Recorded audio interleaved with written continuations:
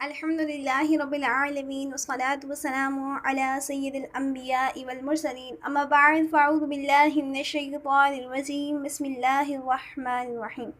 Welcome to کتابوں کی دنیا۔ آپ تمام کو دوبارہ سے اپنے چینل پر ویلکم کرتی ہوں، اور انشاءاللہ عز و جل آج عربک گرامر لینگویج جس کے اندر ہم خلاصۃ النحو کا آغاز کر چکے ہیں۔ پہلی ویڈیو میں نے اپلوڈ کی ہوئی تھی، اگر کسی نے نہیں دیکھی ہے تو وہ میرے چینل پہ جا کے دیکھ سکتا ہے۔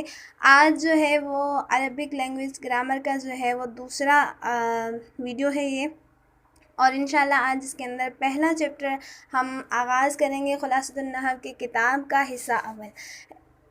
ٹھیک ہے جی، چلتے ہیں اپنے سبق کی طرف۔ آج ہم پڑھیں گے لفظ اور اس کی اقسام۔ انسان جو بات بولتا ہے اسے لفظ کہتے ہیں۔ عام روٹین میں انسان جتنے بھی الفاظ بولتا ہے، ایک ورڈ ہو، دو ورڈ ہو، ٹھیک ہے، تو ان کو ہم لفظ کہتے ہیں۔ اور پھر جو لفظ ہوتے ہیں اس کی بھی دو قسمیں آتی ہیں۔ ایک تو وہ لفظ ہوتا ہے یا تو معنی رکھتا ہے یا تو وہ بے معنی ہوتا ہے، اس کا کوئی معنی نہیں ہوتا ہے۔ تو یہاں بتایا جا رہا ہے کہ جو لفظ بے معنی ہو اسے مہمل کہتے ہیں، یعنی جس کا کوئی معنی نہیں ہوتا ہے، جیسے دیز۔ اچھا، اس کے عام مثال یوں سمجھ لیں کہ ہم عام روٹین کے اندر جیسے بولتے ہیں پانی، شانی، چائے وائے، اس طرح کے الفاظ جو ہم اصل لفظ کے ساتھ دوسرے لفظ کو ملا لیتے ہیں جس کا کوئی معنی نہیں ہوتا ہے، جیسے چائے وائے، تو چائے تو پتہ چلتا ہے لیکن وائے کیا ہے۔ اسی طریقے سے یہاں پر انہوں نے دیز دیا ہوا ہے، زید کو الٹا کر کے لکھا ہے دیز، تو دیز کا کوئی معنی نہیں بنتا، تو اس کو ہم کہتے ہیں عربی کے اندر مہمل، یعنی جس کا کوئی معنی نہیں ہوتا۔ اور جو لفظ با معنی ہو، یعنی جو معنی رکھتا ہو، اسے موضوع یا مستعمل کہتے ہیں۔ موضوع یعنی وہ کوئی ٹاپک ہوگا، کوئی بات اس کے اندر ہوگی، اور مستعمل وہ جو استعمال ہوتا ہے، ٹھیک ہے، اس کو ہم کہتے ہیں مستعمل۔ جیسے قلم، اس طرح سے کوئی اور بھی مثال لے سکتے ہیں۔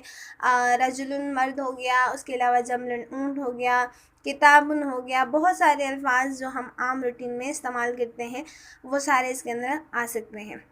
اب اس کے بعد آتے ہیں موضوع یا مستعمل، یعنی جو استعمال ہوتے ہیں الفاظ عام روٹین کے اندر، مستعمل یا موضوع جس کو کہتے ہیں، اس کی بھی پھر اقسام آتی ہیں۔ موضوع لفظ کی دو قسمیں ہیں، ایک مفرد، دوسرا ہے مرکب۔ یعنی جو انسان بات کرتا ہے یا جو بولتا ہے ورڈ، تو ظاہری بات ہے یا تو وہ پورا جملہ ہوتا ہے یا پھر کوئی ایک لفظ ہوتا ہے۔ تو جو ایک ورڈ ہوتا ہے ہم اس کو مفرد کہتے ہیں، اور جو دو یا دو سے زیادہ جو ہے وہ کلمات ہوتے ہیں، الفاظ ہوتے ہیں، تو ہم اس کو مرکب کہتے ہیں۔ اکیلے موضوع لفظ کو مفرد یا کلمہ کہتے ہیں، ٹھیک ہے، جیسے جمل اونٹ، یہ ایک ورڈ ہے اس لیے ہم نے اس کو مفرد بولا۔ اور ایک سے زائد موضوع الفاظ کے مجموعہ کو مرکب کہتے ہیں، یعنی مفرد مل کر دو یا دو سے زیادہ جو الفاظ ہیں ان کا مجموعہ ہوتا ہے الفاظ کا، ہم اس کو مرکب کہتے ہیں۔ جیسے دیکھیں یہاں لکھا ہے لیلۃ القدر، یعنی قدر والی رات، تو لیلت ایک لفظ ہو گیا، قدر جو ہے وہ الگ لفظ ہو گیا، تو یہاں دو لفظوں مفرد کہہ سکتے ہیں، کلمے کہہ سکتے ہیں، دونوں کا مل کر جو ہے یہ مرکب بنا ہے، تو یہ دو سے زائد ہیں اس لیے مرکب میں آتے ہیں۔ اسی طریقے سے زید جالس فی المسجد، زید جو ہے وہ بیٹھا ہے مسجد میں، تو یہاں بھی جو ہے وہ تین ورڈز ہیں، اور اس کا معنی ہے زید جو ہے وہ بیٹھا ہے مسجد میں، ٹھیک ہے جی۔ تو مرکب کی پھر اقسام آتی ہیں۔ مرکب کی بھی دو قسمیں ہیں، ناقص ہوتا ہے یا تام ہوتا ہے۔ ناقص یعنی جو مکمل نہیں ہو، تام جو پورا ہو اس کو کہتے ہیں۔ جس مرکب میں بات مکمل نہ ہو اسے مرکب ناقص یا مرکب غیر مفید کہتے ہیں۔ یعنی جب کوئی بات کہتا ہے تو وہ بات مکمل نہیں ہوتی ہے، اس کی بات، کہنے والے کی بات جو ہوتی ہے وہ ناقص ہوتی ہے یا غیر مفید ہوتی ہے، اس سے ہمیں کوئی فائدہ ملتا نہیں ہے۔ جیسے ماء البحری، دریا کا پانی۔ اب کیا دریا کا پانی، جیسے کچھ سمجھ نہیں آ رہا ہمیں. ولد صغیر، چھوٹا بچہ. تو چھوٹا بچہ سے مراد کیا ہے، کیا کر رہا ہے چھوٹا بچہ، کیا کہنا چاہتا ہے آگے والا، یہ ہمیں اس میں سے سمجھ نہیں آ رہا ہے. تو یہ مرکب ناقص ہے. اور جس مرکب میں بات مکمل ہو جائے اور اسے مرکب تام کہتے ہیں، اور اس کو مرکب مفید بھی کہتے ہیں، جملہ بھی کہتے ہیں، کلام بھی کہتے ہیں، جس میں ہماری بات جو ہے وہ پوری ہو جاتی ہے، ہمیں سمجھ آ جاتا ہے کہ جو بات کر رہا ہے اس کا کہنے کا کیا مطلب ہے. جیسے اللہ احد، اللہ ایک ہے. لا تکذب، جھوٹ نہ بولو. ٹھیک ہے جی. اس کے بعد آتے ہیں جملے کی اقسام. پہلے ہم پڑھ کے آئے اوپر لفظ، پھر لفظ کی 2 قسمیں پڑھی، موضوع مستمل، پھر موضوع کی قسمیں پڑھ کر آئے. مفرد یا جو ہے وہ مرکب، مفرد ایک کو کہتے ہیں، مرکب 2 یا 2 سے زیادہ کو کہتے ہیں. پھر مرکب کی 2 قسمیں پڑھی، ناقص اور تام. ناقص وہ جو ادھورا ہو، جو مکمل نہ ہو، جس سے ہمیں کوئی فائدہ نہیں مل رہا، بات کرنے والی کی بات ہمیں سمجھ ہی نہیں آ رہی. تام وہ جس میں مکمل جملہ ہو، کلمہ یا کلام یا جو ہے مرکب مفید بھی اسے کہتے ہیں. اب جملے کی بھی پھر اقسام آتی ہیں. ٹھیک ہے.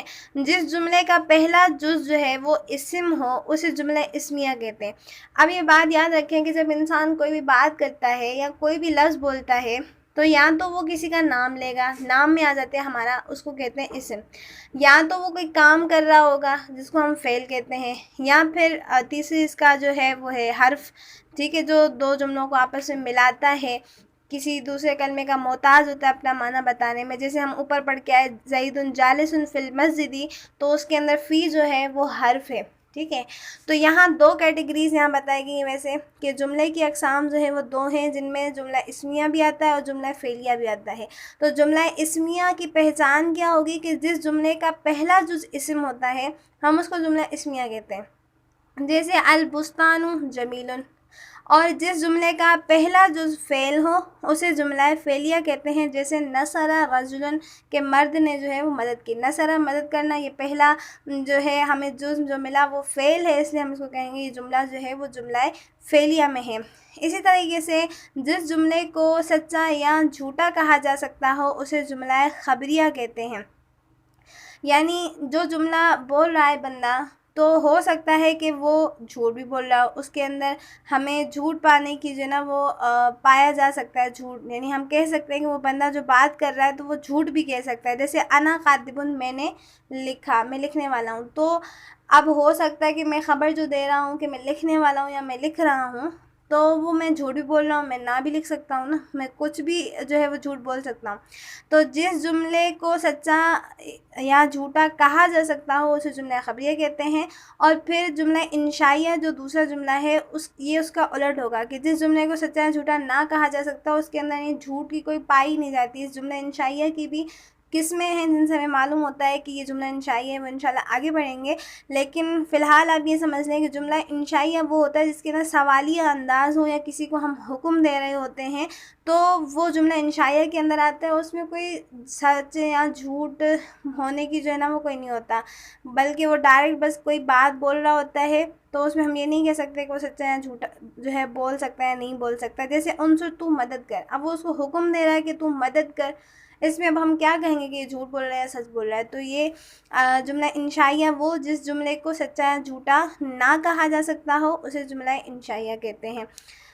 اس کے بعد پھر انہوں نے نیچے تمرین دی ہوئی ہے کہ لفظ کا معنی کیا ہے، اس کی اقسام بیان کیجئے. موضوع لفظ کی اقسام بیان کیجئے. مرکب کی کون سی قسمیں ہیں، جملے کی اقسام بیان کیجئے.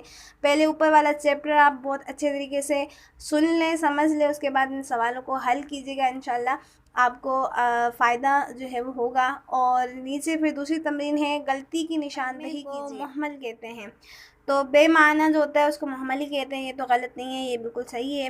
اور موضوع لفظ کو مفرد کہتے ہیں. تو موضوع تو ہے لیکن ایک اکیلا لفظ موضوع ہو تو اسے مفرد کہتے ہیں. ٹھیک ہے. اور جس جملے کا پہلا جز فعل ہو اسے جملہ اسمیہ کہتے ہیں. تو نہیں، جس کا پہلا جز فعل ہوتا ہے اسے ہم جملہ فعلیہ کہتے ہیں. ٹھیک ہے. جس جملے کو سچا یا جھوٹا کہا جا سکتا ہو اسے جملہ انشائیہ کہتے ہیں. تو اسے جملہ انشائیہ نہیں کہتے، کیونکہ جس جملے کو سچا یا جھوٹا کہا جا سکتا ہو وہ جملہ خبریہ ہوتا ہے. انشائیہ میں سچ و جھوٹ کی کوئی پتہ نہیں ہوتا، نہیں ہم اسے معلوم ہو سکتا ہے ہمیں کہ جھوٹ بول رہا ہے یا سچ بول رہا ہے، ٹھیک ہے. تو جس جملے کو سچا یا جھوٹا کہا جا سکتا ہو اسے جملہ خبریہ کہتے ہیں. تو یہاں جملہ انشائیہ نہیں، جملہ خبریہ آئے گا. اب آتی ہے مین تمرین، کہ جو ہم اوپر پڑھ کر آئے کہ مفرد اور مرکب کیا ہوتا ہے. تو یہاں پر انہوں نے دیا ہوا ہے کہ مفرد اور مرکب کو الگ الگ کیجیے، اور دوسرا یہاں نیچے سے مرکب ناقص اور مرکب تام کو انہوں نے الگ الگ کرنے کے لیے کہا ہے. تو پہلے تو یہاں اپنی ویڈیو کو روک دیجیے گا اور خود تھوڑا حل کرنے کی کوشش کیجیے گا کہ ہم جو اوپر پڑھ کے آئے ہیں ان کو ہم نظر میں رکھتے ہوئے اس تمرین کو حل کریں، آپ کو کتنا جو ہے وہ سبق سمجھ آیا ہے، ٹھیک ہے. پھر اگر نہ آئے تو پھر ویڈیو کو کنٹینیو کر کے آپ دیکھ لیجیے گا، سمجھ لیجیے گا. آگے ہے مفرد اور مرکب الگ الگ کیجیے. الحیاء، اب دیکھیں وہاں ہم پڑھ کر آئے کہ مفرد کیا ہوتا ہے کہ ایک ورڈ ہو، ایک معنی رکھتا ہو تو ہم اس کو کہتے ہیں مفرد. تو الحیاء، حیا یہ ایک ورڈ ہے تو یہ مفرد کے اندر آئے گا. رسولنا، ہمارا رسول، تو یہاں پر دو ورڈ آ گئے. رسول الگ ہے، نا ضمیر ہے، یہ ہمارے لیے استعمال ہوتی ہے عربی کے اندر، تو یہ دو ورڈ ہیں تو یہ مرکب کے اندر آ جائے گا. رب العالمین، جہانوں کا رب، ٹھیک ہے، تو یہ بھی دو ورڈز ہیں. الصدق، یہ ایک ورڈ ہے، یہ مفرد میں جائے گا. عبد مؤمن، یہ بھی دو ورڈز ہیں، یہ بھی مرکب میں جائیں گے. الامانت، یہ بھی ایک ورڈ ہے تو یہ مفرد میں جائے گا. ناقۃ اللہ، تو یہ بھی دو ورڈز ہیں تو اس لیے یہ مرکب میں جائے گا.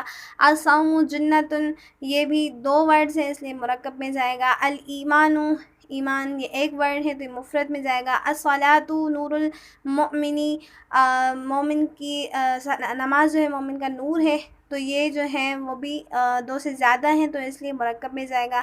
ان اللہ علی کل شیء قدیر، اللہ تعالیٰ ہر چیز پر قادر ہے تو یہ بھی جو ہے وہ دو سے زائد ہے اس لیے یہ مرکب میں جائے گا. اب ہم نے مرکب کی بھی اقسام پڑھی تھی، مرکب ناقص اور مرکب تام. مرکب ناقص جو ادھورا ہو، اور مرکب تام وہ جو ہمارا پورا ہو، مکمل ہو، جس سے بات ہمیں معلوم ہو جاتی ہے.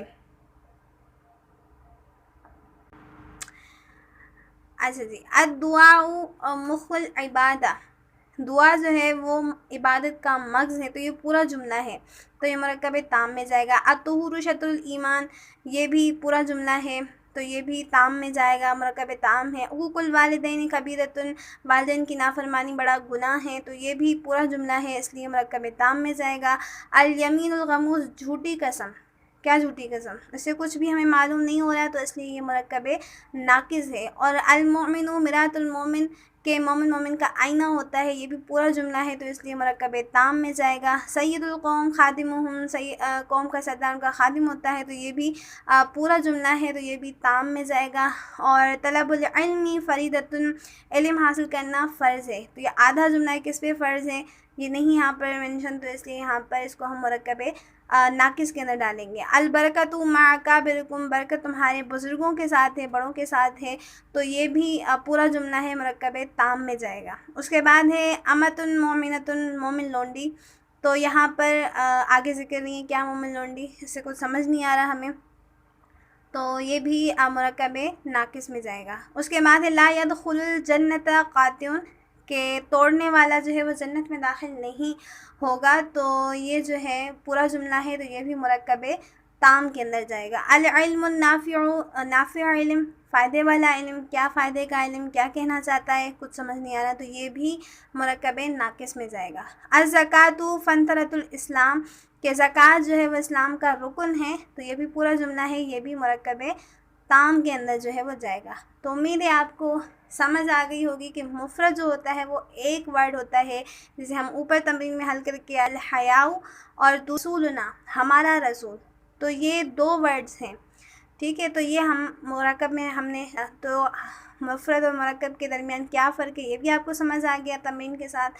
اور مرکب ناقص وہ کہ جس میں پورا جملہ ہو، جیسے الدعاء مخ العبادہ، کے دعا جو ہے وہ عبادت کا مغز ہے، یعنی جب ہم کوئی بات کر رہے ہیں تو ہمیں پورا جملہ، کوئی فائدہ، کوئی ہمیں بات سمجھ آ رہی ہے کہ آگے والا کیا کہنا چاہتا ہے. اب جیسے نیچے ہم نے پڑھا الیمین الغموس، جھوٹی قسم، تو کیا جھوٹی قسم، آگے والا کچھ کہنا چاہتا ہے، آگے کیا بتانا چاہتا ہے، ہمیں سے کچھ سمجھ نہیں آ رہا تو یہ مرکب ناقص ہو جائے گا اس لیے. تو امید کرتی ہوں آج کی ویڈیو آپ کو بہت اچھی لگی ہوگی اور دعا میں یاد رکھیے گا، علم دین کو سیکھیں، سکھائیں جتنا ہو سکے قرآن پاک کی اس عربک کو سیکھ لیں، کیونکہ ہم دنیاوی علوم کو بہت زیادہ سیکھتے ہیں، لیکن سب سے پہلے علم ہمیں یہی آنا چاہیے۔ ایک مسلمان کے لیے تو یہی ہے کہ اس کو قرآن مجید صحیح انداز سے جو ہے وہ آنا چاہیے، اور خاص طور پر جو قرآن کی زبان عربک ہے اس کو جو ہے وہ بالکل آنی چاہیے۔ یہ ہمارے مسلمانوں کے اندر اللہ کرے ہم شوق پیدا ہو، بیدار ہو ہمارے اندر یہ شوق۔ اللہ تعالیٰ ہم سب کو علم نافع عطا فرمائے، اور انشاءاللہ نیکسٹ ویڈیو میں ضرور ملیں گے۔ ویڈیو اچھی لگی ہو تو لائک، سبسکرائب اینڈ شیئر کرنا مت بھولیے گا۔